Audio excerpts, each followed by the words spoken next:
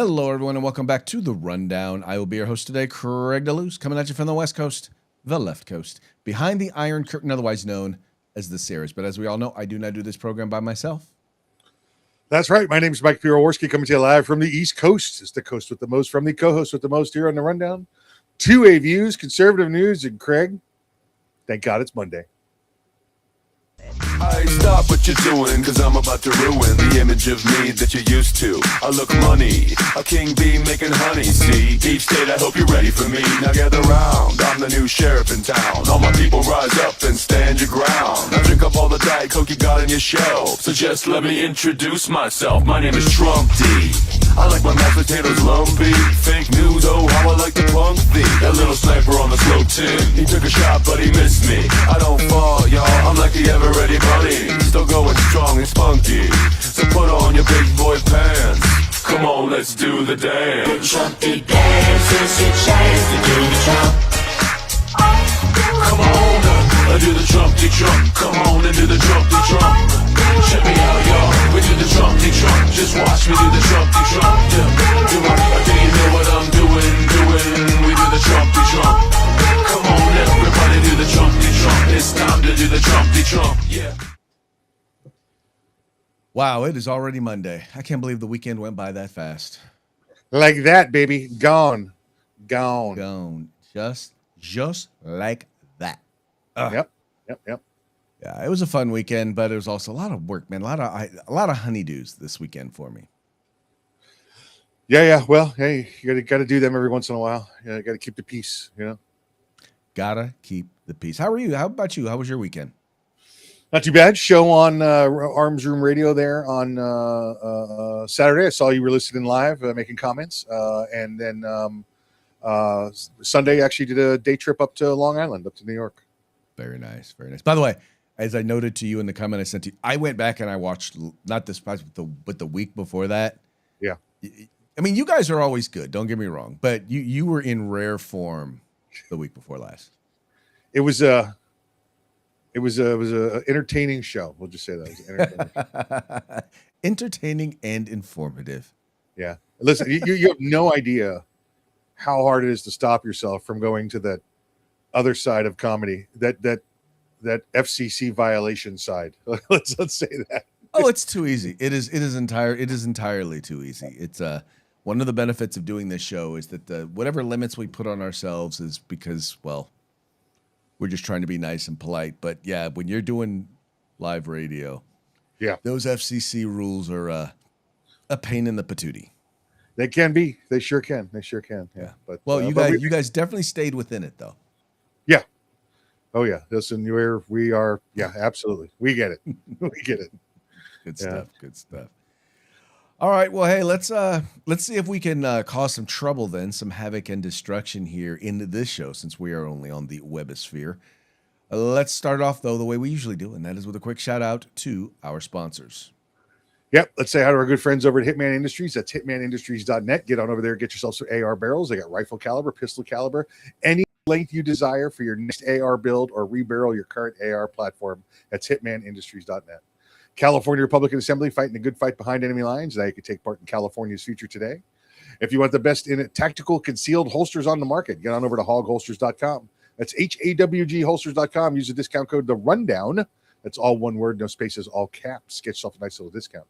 And if you want the best in field gear, tactical gear, web gear, law enforcement, security, fire, EMS, personal gear, whatever it may be, get your group together, get your agency together, place an order at uscombatgear.com, where you can get everything except the gun.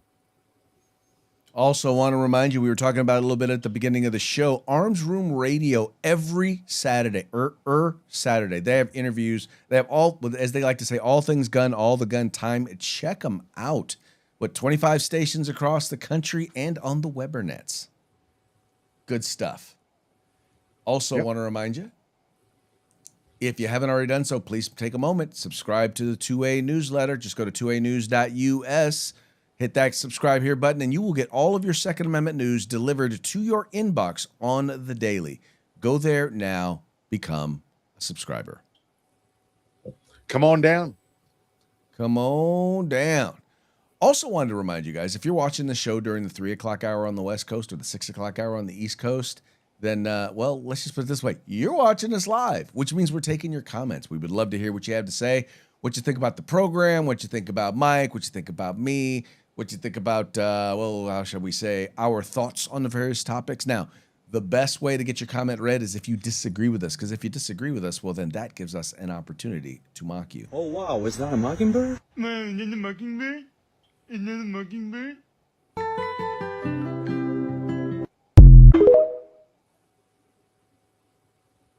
Yeah. It'd be Mock like you, that. baby. Mock you. Mock you. It be like that. That's how we be doing it, like that. Anyway. Okay, this first story here, this is coming to you from our friends over at the Washington Free Beacon. We all know that the New York Times is liberal propaganda. There's very little in there, at least in either the cultural or the political sense, that is actual news. 99.9% of the time, they're pushing propaganda. And, well, let's just say that it's one of their biggest areas of propaganda has to do with the term or the phrase Islamophobia. This, once again, a piece written or put together by the folks over at the Washington Free Beacon. The New York Times is weaponizing Islamophobia. The FBI says there are 7 times as many anti-Jewish as anti-Muslim hate crimes, yet the New York Times is stoking panic. Let's read here. It says, anti-Jewish hate crimes outnumber anti-Muslim hate crimes about 7-1, according to FBI crime statistics. Yet, the New York Times is offering its readers a different view of the relative seriousness of the issues. The newspaper, which the Israeli government says, quote, consistently demonizes and delegitimizes the Jewish state, and publishes false blood libels against the state of Israel, end quote, has escalated its coverage of supposed anti-Muslim bias to a point that by some measures and at some times, the volume exceeds or roughly equals Times coverage of anti-Jewish bias. Critics accuse the Trump administration and supporters of Israel of, quote, weaponizing anti-Semitism, end quote, a frequently groundless charge that is shorthand for the assertion that anti-Semitism complaint is being used to silence criticism of Israel and also as a pretext for the authoritarian crackdown. Yet, some of the Times' coverage seems to engage in, to borrow the phrase, weaponizing Islamophobia, using the hate label in an attempt to silence criticism of Islamist extremism, Muslim-dominated countries, or their support for terrorism. Now, Mike, I'll be honest with you, I don't read the New York Times. And the reason why I don't read the New York Times is because they charge you, and I refuse to give the New York Times any of my money. But articles that I have seen from the New York Times pretty much consistently fall within this realm of literally any criticism. Anytime I see or hear anything about the New York Times, I never hear them talk about anti-Semitism unless they can point to a conservative who they can label as an anti-Semite, or a liberal is accusing a conservative or a conservative venue of being anti-Semitic. But I'm 9 times out of 10 though, it's all about Islamophobia. Oh yeah, listen, it's New York Times is just misleading, fear-mongering liberal trash at this point. That's all it is. I refuse to pay for it. Anything behind the paywall, and you and I both know you can couple settings changes in your browser, and you can get behind their paywall and take a look at it. But not worth my time or effort to do it on a regular basis. Well, exactly, and the funny part is, Mike, is that they think they are actually good journalists, right? Like like all the time, I do a lot of stuff with the Associated Press, and it is hilarious to me because even the Associated Press, same exact thing. They think they're unbiased news. And I'm like, maybe you need to go outside, get away from the internet, go out and touch some grass. Maybe you need to spend some time in middle America and realize just how out of touch a lot of these folks in the mainstream media actually are with what's really going on in the world and what people in the world really think. Yeah, listen, they are the modern, National Enquirer. It's nothing but far-fetched lies to get to, for clickbait. But National Enquirer used to pull it off the rack at the grocery store because you're like, oh my god, that's outrageous. I have to read that. I mean, that's all they are. That's all they are in the digital world of clickbait. Yeah. Yeah. Straight up clickbait. But once again, there are a lot of policymakers. There are a lot of academics who consider them the gold standard for journalism. Yeah, and it's going to take a generation, right, to move it through. All those that remember the New York Times actually being a credible source, for them to fade away and not be reading it anymore, and the rest of us out here going, what are we doing? Why are we even looking at this? Why are we even bothering? And Yeah. But once again, that's why the people at these leading institutions and why these policymakers are more and more in blue states. They're more and more in. They're no longer taken seriously by anybody who is interested in real serious public policy. But the thing that's most insidious about this is that it's literally they are trying to mainline anti-Semitism and trying to make any legitimate criticism of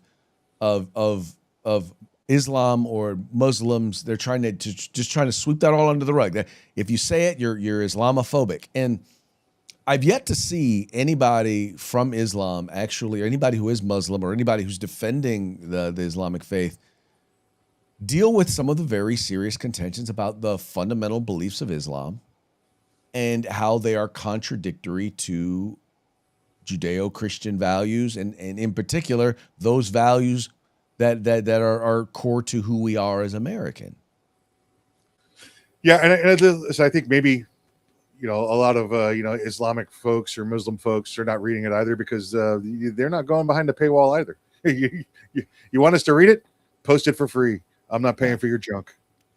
Yes, there you go. Not going to do it. Not going to do it. And I don't know. Somebody's got to be paying for this stuff. I have no idea who, because I don't know. Well, let me clarify. I do know a bunch of people who take the New York Times seriously, and sadly, I don't take them very seriously. Well, that's it. As soon as they say they take the New York Times seriously, you just, well, all right, time for me to move on, and you walk away. Now, when you get away from like political or some of this cultural stuff, the reporting does actually get pretty good. Once again, it's the political and cultural things where they are completely and utterly left leaning, but they do have some good investigative journalism in other places. Listen, they're in New York, the biggest market in the world. I think we can agree upon that. Should be the capital of the new time zones that I've presented to you. But no sports coverage and no comics. I'm moving on. You got nothing for me. They have no sports coverage in the New York Times? Nope. Oh, nope. Done. And you expect people to pay for that? I know. Nah. Right? Yeah, maybe it was in paper form so I could put it in a bird cage, but that's about it. Yeah, but it's not worth the paper it's written on. It gives the birds constipation. They don't even want to poop on it. They won't give a poop. That's it. Oh, speaking of not giving a poop. All right, you guys have heard of this. Newsom signed the Stop Nick Shirley Act. That's right. It's called we call it the Stop Nick Shirley Act, but really it's a bill that basically makes it very, very difficult for people to expose basically when taxpayers are getting ripped off in this particular case. And here I'll read a little bit about it for you. This is coming from the California Globe. It says here, California Governor Gavin Newsom signed the Stop Nick Shirley Act, Assembly Bill 2624, by Assemblywoman Mia Bonta, a Democrat from Oakland, into law Saturday, August 22nd. Bonta claims her bill is about privacy for immigration support services providers. Governor Newsom, 2 days ago, screeched on X about unfair acts on the free press. Quote, this is from him, "A free press cannot function under constant threats and retaliation from the government. Reporters must be free to hold those in power accountable without fear of retribution. The assault on the free press must end." And then he signed the Stop Nick Shirley Act into law. Republicans nicknamed the bill the Stop Nick Shirley Act for independent YouTuber and citizen journalist Nick Shirley after he exposed Somali daycare fraud in Minnesota. Bonta, wife of California's Attorney General Rob Bonta, claims it does not fine or jail journalists simply for uncovering Democrat fraud. However, her bill will fine citizen journalists a minimum of $4,000 for exposing fraud inside immigration support service providers, illegal services to illegal aliens. Bonta's bill would impose a huge civil sanctions on independent investigative reporters for harassing what Bonta calls immigrant services workers who, in fact, are providing taxpayer-funded goods and services to illegal aliens. It is designed to use as a weapon to intimidate and punish journalists who dissent from mainstream views. AB 2624 is reminiscent of AB 2098 from October 2022 when Governor Newsom signed a bill to censor California doctors accused of spreading COVID misinformation for COVID. Assembly Bill 2098 put unconstitutional restrictions on speech by medical professionals and subjected them to disciplinary actions by the Medical Board of California if they did not adhere to the approved COVID treatment consensus. Even before 2098 went into effect, it was already used as a weapon to intimidate and punish doctors who dissented from mainstream views. However, the bill was ultimately ruled unconstitutional, and the governor and COVID experts were defeated over the law and punished doctors for COVID misinformation. So in other words, what they're saying is, if you reveal that some of these providers, like for example, what he would do is he would say, okay, well, these people are providing home health services, right? Yet this is their office. There's like 90 other home health services in this building. And oh, by the way, they don't go provide any home health services. This is a daycare, right? At this daycare, you see, here's the daycare. You go inside of the daycare, and there's no kids in the daycare, yet they're collecting millions of dollars to provide daycare. Well, merely showing that, merely putting that stuff on the internet, well, that then makes you eligible for this, quote unquote. They're calling it a civil fine, and I'm guessing the reason why they're calling it a civil fine is because then you don't get an attorney. A free attorney to represent you if you can't afford an attorney. Yeah, and because if they had made it criminal, it wouldn't have stood up to constitutional muster at all. It's being a First Amendment privilege, right? First off, Craig, I don't know how you guys even take this woman seriously. She's the like you said, the wife of the Attorney General. She holds the exact same office that he held, running nothing on but name recognition. I bet the signs were the same when it's time for her election as when he was getting elected there in the state assembly. When you want to find the definition of tyranny, go there, and the first thing you look at is the suppression of the First Amendment, right? And that's exactly what your state's doing. Nick Shirley's got a way, whether you agree with him or not, of exposing criminal acts by government and fraud, waste, and abuse. And he's very good at it and embarrasses people all the time. And yet in California, they won't let you do it anymore because they don't want to be exposed. Well, yeah, he's not the smoothest talker. He's not the smoothest talker. He doesn't necessarily present it always the best, but it's the digging that he does. It's the investigation that he's really good at. Once again, being able to do the research, to identify these places. And the sad part is, and the reason why the media hates him is because he's basically doing their jobs, right? They have the resources to do this. They have the resources to dig all this stuff up. And here's the reason why, by the way, the government hates him, because it's their job to reveal this stuff. Because not only are these people providing services that they should not be providing, in many cases, they're not providing any services. They're just collecting government checks. Yeah, listen, half the time you see a video of some politician or some political employee, in a restaurant or in a bar spouting off on the evil that they have done and how they've, beat the system or cheated people. It's coming from Nick Shirley. Yeah. And anyway, it's this sort of stuff. It's these sort of guys and that are letting you know just how big the problem is, how much more attention we all need to be paying to it. And here's the thing. If we were paying more attention to it, the media would have to report on it because they would know that we are watching. Yep. How dirty dirty is it though, man? That They decide they're going to go after a guy. They're going to institute a bill to stop the guy who's, revealing the fact that they're not doing their jobs and that they're just allowing their friends, because that's who runs these NGOs, their friends, to basically steal taxpayer dollars. Yeah, it's not dirty, Craig. It's tyranny, and I'm sure even though it's a civil issue, they'll be found unconstitutional shortly. I definitely believe so. Definitely believe so. Would happen to agree with you on that.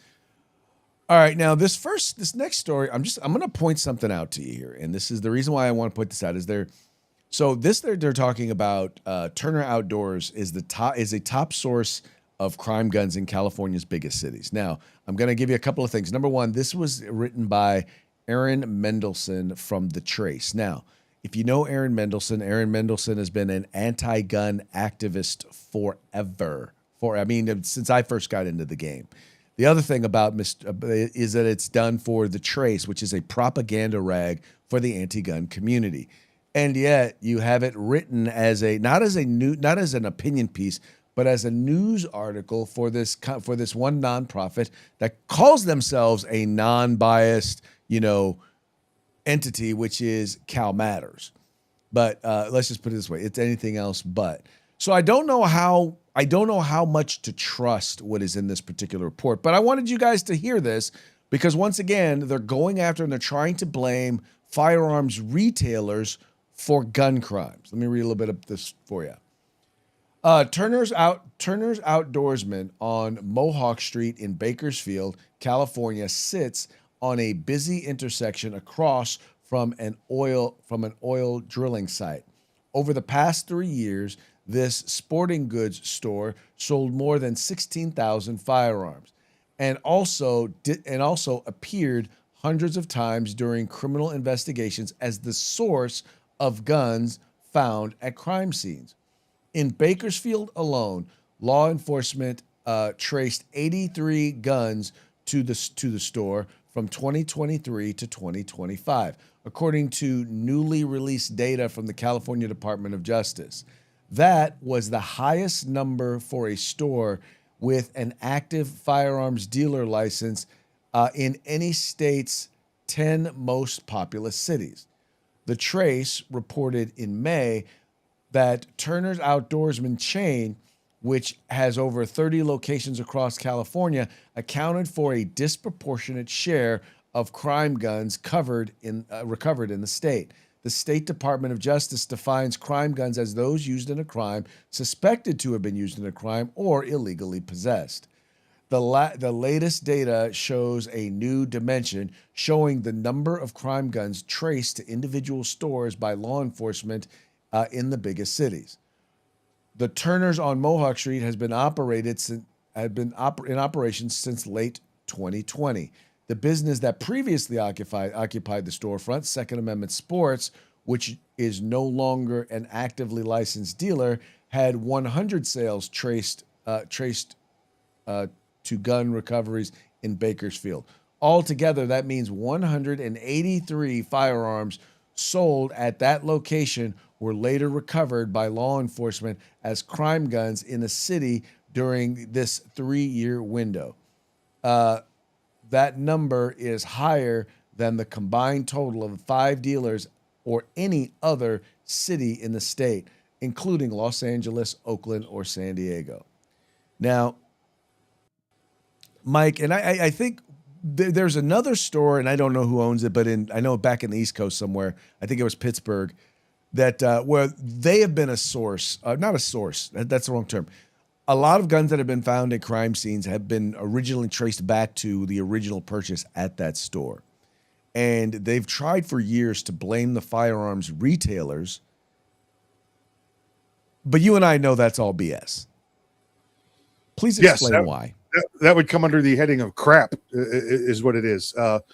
First off, let's be realistic about the numbers. This is it's the largest firearms hit from based on original sales location in California, right? You do the math, you're talking about less than 1%. You're talking about a 0.5%, Craig, 0.5% of what they've sold over the years. The only reason they have 83 total is because they're a successful large dealer that sells a lot of guns. And Craig, I guess maybe in California, what they're trying to say is that they just hand guns over the counter. They don't do any background checks. They don't do any paperwork. Oh, wait, that's not true. California has you do 3 times as much paperwork and background checks as any other, civilized state out there, any conservative state. They go above and beyond because they've created all these extra stuff and extra hoops to jump through. So these people that are buying these guns legitimately are even more legitimate than they would be in, I don't know, say a Florida. They make them do 3 kinds of background checks, right? You got to do the federal background check. You got to get your state clearances. Now you got to do an ammo background check. So they got everything going on ridiculous over there.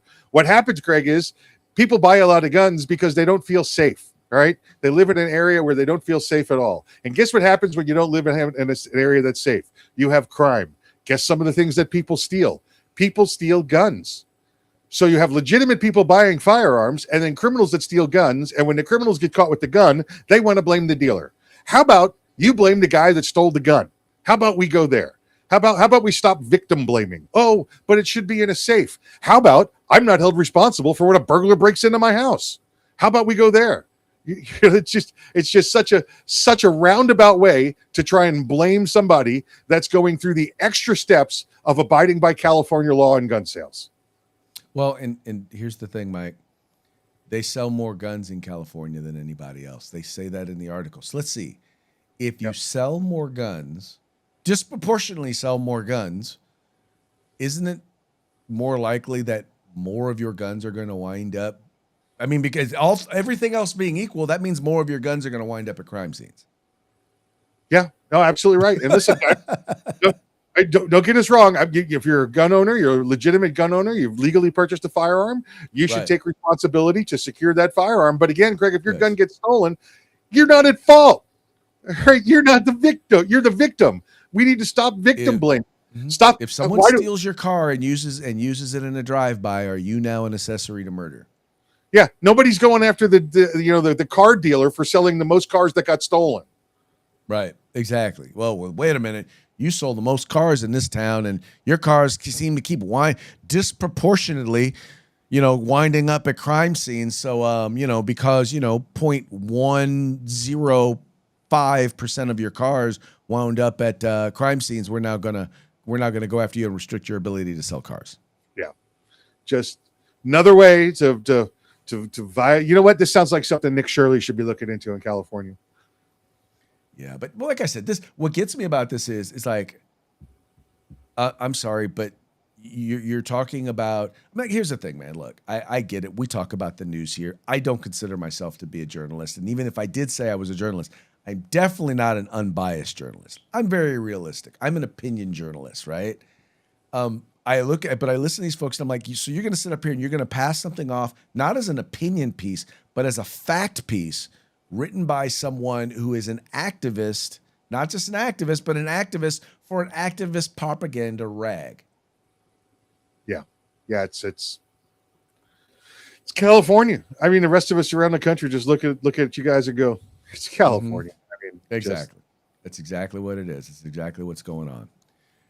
Speaking of California, now this right here did not happen in California. This actually happened, WNBA, so might as well be traveling California. But Mr. Enes Kanter, a gentleman who is seeking to, a gentle lady who is now identifies as a female, is trying to get into the WNBA. Let's just say got into a bit of a tiff this past weekend at a WNBA game and wound up getting kicked out of the game. Here's what happened. 6-point basketball game. Chicago staying in it. Natasha Cloud. And right before the break, this was the scene inside Wintrust Arena after Natasha Cloud got that bucket. She wanted her voice heard. We have talked about the conversations surrounding the W. That is Enes Kanter in the building today. And he has voiced how he's felt about the situation. Natasha Cloud voicing her opinion as well. Cantor. Okay, as noted here over at the Hill, that was Enes Kanter, Freedom being ejected from the WNBA game. It says here, former NBA player Enes Kanter Freedom was ejected Sunday from WNBA game between Indiana Fever and Chicago Sky after a verbal altercation with Chicago's Natasha Cloud.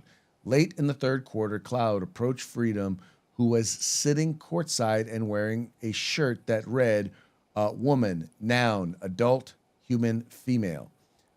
Video shows the Sky guard pointing and yelling at the former NBA player who was standing up with his arms outstretched, stretched out and shouting back. Security guard then escorted Freedom out of the arena. The Fever went on to win the game 113-90 to move to 25 and 14 on the season. Freedom, who last played for the Boston Celtics in the 2021-22 season, declared for the 2027 WNBA draft earlier this month. I'm trying to see here. I'm trying to see here. Here we go. It says here, the former NBA player told Fox that Cloud approached him after he celebrated Fever wing Sophie Cunningham making a three-pointer. I put my hands up to celebrate. Natasha came back and started screaming and yelling and said, Cunningham is not going to sleep with you. Freedom, who joined a small rally in support of Cunningham outside of the arena before the game. For a profile of her published ESPN. Oh, I don't need all that. But anyway, so what did he do that got him kicked out? What I don't understand is, what did he do where he deserved to get kicked out? They said he stepped on the court, but once again, I'm looking where he was at. He never stepped forward onto the court. Now, the court came all the way and was like where his seat was. I mean, at least the flooring. I don't know that he ever stepped onto the court. What did he do to deserve to get kicked out other than, point out what a woman is? What did he do? Nothing, Craig. And you're right. This isn't a California story. This is actually I would call a New York story, because that's where the WNBA is headquartered out of. So we'll make this a New York story. We're going to blame Mandami for this. Craig, he's an 11-time All-Star. Let's say that, or excuse me, 11-year player with the NBA. So he's a graduated alumni. What is it? With 10 years, you get your full retirement or whatever it is. So he gets all special rights and privileges. In fact, before the game, he was invited onto and was on the main court during the national anthem. He was there as a VIP, as a graduated member of the NBA, and then he was off on the side, and when she scored, he put his arms up. Well, evidently, she thought that, oh my God, he must be rooting against us or being evil to me. So they come over and they take him off. This could be another big one for the NBA to have to eat a whole big piece of crow to say what happened. Because because of who he was under video coverage the entire time, because he was there as an NBA VIP. Right. And she's the one who brought attention to him. Yep. He didn't the camera was not on him till she went over to him. Yep. And then he stood up, and now you're going to send over security and then escort him out? Yep. I can see if he had gotten onto the court, if he had walked out on the court, but I'm sorry, that explanation is not flying. Nope. Not at all. Absolutely not at all. And even if he had, let's say his toe touched the court, Craig, that incident started way before he was on the court. And they decided to throw him out before he even started walking towards to continue having a conversation. Oh, yeah. Now, I'm curious, Craig, since he's declared himself for the draft and identifies as a woman for the WNBA, does that make this a cat fight? Who knows? It definitely could be perceived now as a hate crime against women. It's definitely gender bias. Well, no, this would be woman against woman because he identifies as a woman, right? Well, but they only threw out one of the women. So you know what? Right. It is a hate crime because he's trans. She's trans. Oh, that's right. There you go. Because she's trans, it is clearly a hate crime. Hey, all I can say, Craig, is like we used to say when we were kids: let them settle it on the court. All right, because she'll be playing. He'll be playing next year. Yeah, he's only like 35 or 36 years old. You know, Yeah. he's not going to be, he's not like putting Magic Johnson out there at 70 or whatever the heck he is now. Man, I'll tell you right now, you put Magic Johnson out there, he'd whoop up on a bunch of them. Oh yeah, listen, yeah, absolutely right. Yeah, yeah. But only for like the first 15 minutes of the game. Yeah, that'd be pretty much about it. That'd be pretty much about it. All right, folks, that now brings us to our parting shots. Parting shots are brought to you by Hog Holsters. Go to hogholsters.com. Use the discount code The Rundown, all caps, no spaces, one word, and get your Hog Holster today on discount. All right, our parting shots today are also going to be brought to you by our good friends over at the Babylon Beef, fake news that you can trust. The first one here, you may have heard that the prince and the princess, Meghan Markle, is heading back to England, and England welcomes back Meghan Markle back with mandatory burqa. So they're going to make her wear a burqa from now on. That's how it's going over there. That is definitely the direction that they are headed. All right, how about this one? Congress assures the American people $40 trillion debt can be fixed by spending more money. Yeah, that's the way Congress goes. We just need more of your money to spend more of your money. Yes, that pretty much is how it works. Now you may have heard about the new tariffs against Canadian products. Well, Canada vows to retaliate against Trump with crippling moose tariff. Yeah, now I won't be able to get that moose jelly I use on my sandwich every day. Yeah, I just don't know, man. I don't know how I feel about that. Yeah.